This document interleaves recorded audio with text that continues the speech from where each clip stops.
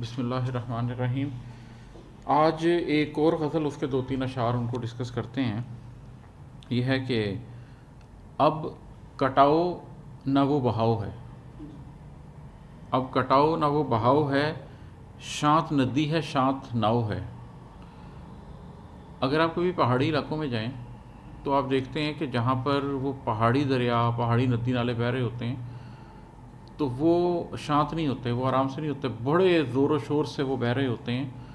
اور بڑا کٹاؤ ہوتا ہے ان کا، اتنا کٹاؤ ہوتا ہے کہ وہ پہاڑوں کو بھی آہستہ آہستہ کاٹ رہے ہوتے ہیں۔ بہاؤ بھی بڑا تیز ہوتا ہے، آپ کی گھٹنے تک پانی ہو تو آپ اس میں کھڑے بھی نہیں ہو سکتے، اتنا تیز وہ بہہ رہا ہوتا ہے۔ لیکن جب وہ میدانوں کی طرف پہنچتے ہیں، میدانی علاقوں کی طرف پہنچتے ہیں تو وہ پانی شانت ہو جاتا ہے۔ اب وہ اس طریقے کا کٹاؤ اور بہاؤ اس کا نہیں رہتا، اس کے اندر آپ کوئی کشتی بھی ڈال دیں تو وہ کشتی اس کے اندر اس طرح نہیں چل رہی ہوتی۔ پہاڑی علاقے میں اگر آپ کبھی جائیں اور وہاں پر آپ بوٹنگ کی کوشش کریں، کہیں ناران کا غانی چلے جائیں، دریا ناران میں آپ کوشش کریں بوٹنگ کی، تو وہ ایک بڑا ایڈونچر ہوتا ہے، بڑی ایڈونچرس بوٹنگ ہوتی ہے شافٹ کے اندر۔ لیکن جب آپ رافٹ کے اندر، لیکن جب آپ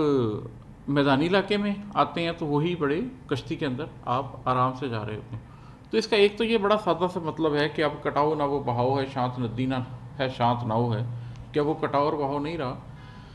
لیکن یہ آپ کی ذات کے ساتھ بھی ایسے ہی ہے کہ جب آپ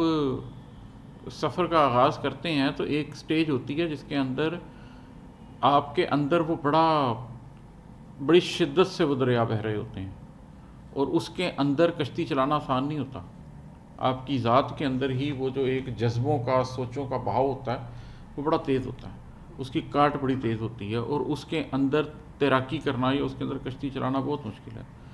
لیکن پھر زندگی میں ایک سٹیج آتی ہے، ایک لمحہ ہوتا ہے جہاں پر آپ اس سارے ہنگامے سے نکل کر ایک طرح سے زندگی کے بھی میدانی علاقوں میں جیسے آپ آ جاتے ہیں، آپ سیٹل آؤٹ ہو جاتے ہیں۔ تو اس کی یہ کیفیت، اس جذبے کی کیفیت اس شعر میں بیان ہو رہی ہے کہ میں اپنی ذات کے اندر دیکھوں تو مجھے محسوس ہوتا ہے کہ اب کٹاؤ نہ وہ بہاؤ ہے، شانت ندی ہے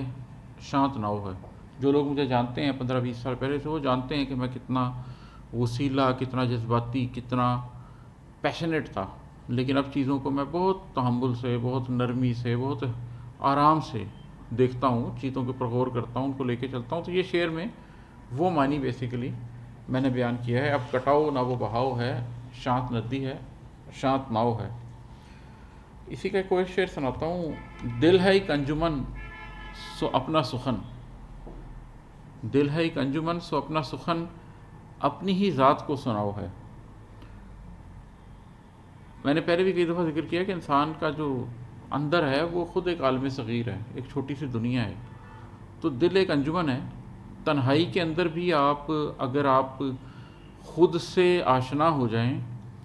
آپ اپنے جذبوں کو سمجھتے ہوں، اپنی سوچوں کو سمجھتے ہوں، تو اس تنہائی میں بھی ایک میلہ لگا رہتا ہے، آپ کا اپنی ذات کے ساتھ ہی میلہ لگا رہتا ہے۔ جو شخص اندر سے تھوڑا گہرا ہو جائے، جو اندر والے لوگ ہوتے ہیں، ان کو تنہائی کچھ نہیں کہتی۔ وہ اکیلے بھی بیٹھے ہوں تو ان کی کیفیت یہی ہوتی ہے کہ دل ہے ایک انجمن سو اپنا سخن، اپنی ہی ذات کو سناؤ ہے، کہ وہ اپنی ذات کے اندر یہ ایک پوری ان کی انجمن ہوتی ہے، ایک محفل برپا ہوتی ہے، اور اس محفل کے اندر وہ اپنی بات اپنے آپ کو ہی سنا کر بھی اس کی تسکین بھی حاصل کر لیتے ہیں، خوشی بھی حاصل کر لیتے ہیں۔ تنہائی ان کا کچھ نہیں بگاڑتی۔ اور مقطع اس کا سنا دیتا ہوں کہ میں نے پوچھا عماد آج کدھر، میں نے پوچھا عماد آج کدھر، بولا ایک دشت میں پڑاؤ ہے۔ یہ بھی اسی کیفیت کو ظاہر کرتا ہے کہ یہ میٹافوریکل ہے، مطلب ایسا تو نہیں ہے کہ میں نے اپنی ذات سے پوچھا کہ آج تم کدھر جا رہے ہو تو اس نے کہا کہ میں دشت میں پڑاؤ کے لیے جا رہا ہوں، اور میں ایکچولی ایک خیمہ لے کے تھر میں یہ چولستان کی طرف جا رہا تھا اور وہاں پر میں نے پڑاؤ کرنا تھا۔ لیکن بارہا اپنی ذات کے ساتھ یہ محسوس ہوتا ہے کہ میں نے خود سے پوچھا کہ بھئی آج کیا پلان ہے عماد تمہارا، تو جواب یہی آتا ہے کہ یار آج ایک دشت میں پڑاؤ ہے، سوچ کے دشت میں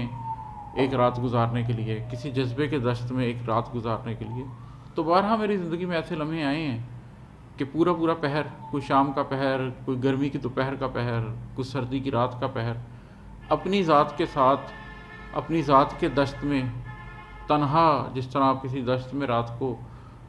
ستارے دیکھتے ہیں اسی طریقے سے آپ اپنی ذات کے آسمان پر جذبے اور سوچیں دیکھتے ہیں، اپنی ذات کے ساتھ ایک وقت گزارتے ہیں، تو یہ وہ کیفیت کا ظاہر کر رہا ہے۔ تو اس پوری غزل میں جو ایک تاثر ہے بنیادی طور پر وہ یہی ہے کہ زندگی ایک وقت تھا جس میں بڑا ہنگامہ تھا، اب میری زندگی میں ایک ٹھہراؤ آ گیا، ایک سکون آ گیا، لیکن اس سکون کے اندر اپنی ذات ہے، اس ذات کے ساتھ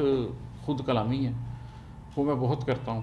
اور اپنی ذات کے دشت میں بارہا میں نے 1 رات 2 رات کا پڑاؤ کیا ہے۔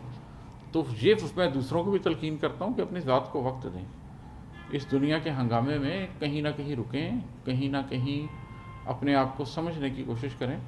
یہ بڑا ضروری ہے اگر آپ نے زندگی کی معنویت کو سمجھنا ہو، ورنہ تو پتہ نہیں چلتا زندگی کیسے ہاتھ کے نیچے سے گزر جاتی ہے۔